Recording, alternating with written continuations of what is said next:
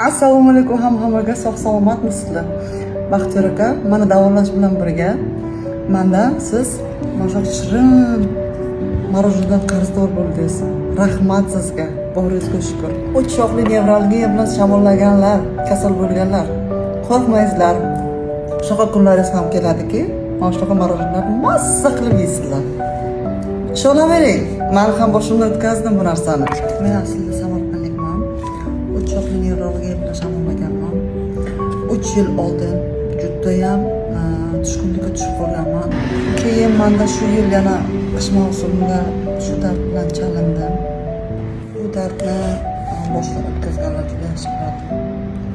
Qish kuni uy issiq, judayam issiq. Shunaqa ro'mollarda o'ranib yurardim. Ro'mollarda bilasizmi, shunchalik o'ranardimki, yuzim polni yopib yuborardi. Mana shu yuzim polni uni tok urishi juda kuchli edi. Juda ham og'irga, juda ham chidab bo'lmasdi. Lekin Xudoga shukr, Allohdan umidingizni uzmaysizlar. Bu dardning davosi bor. Alloh buyuk. Yaxshi insonlar ham bor ekan. Xudoga shukr. Mana shu YouTube kanalidan Baxtiyor akani topib oldim profillarni. Shu zahotiyoq yo'l oldim Jizzaxga qarab. Men bu protsedurani 2 kurs oldim. Birinchi kursda ozgina mana bu yerda tok urishlari bor edi. Ikkinchi kursda yo'q. Hech narsani ko'rmaganda yaxshi bo'lib ketdim. Protseduralar ozgina og'riqli o'tadi, lekin davosi zo'r, shifosiz. Bilishata zo'r.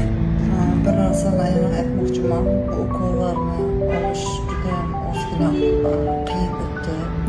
Og'riq haqiqatan ham juda ham protseduralari juda ham qiyin, og'riqga chidasangiz, buni shifosi, davosi juda ham yaxshi ekan. Men shuni tavsiya qilaman. Qo'rqmaysizlar. Yana bir bor aytaman. Qo'rqmaysizlar, umuman qo'rqish kerak emas. Faqatgina oldinga qarab shu Baxtiyor akani izlab topaysizlar. Kattakon rahmat. Minnatdorchiligim cheki yo'q.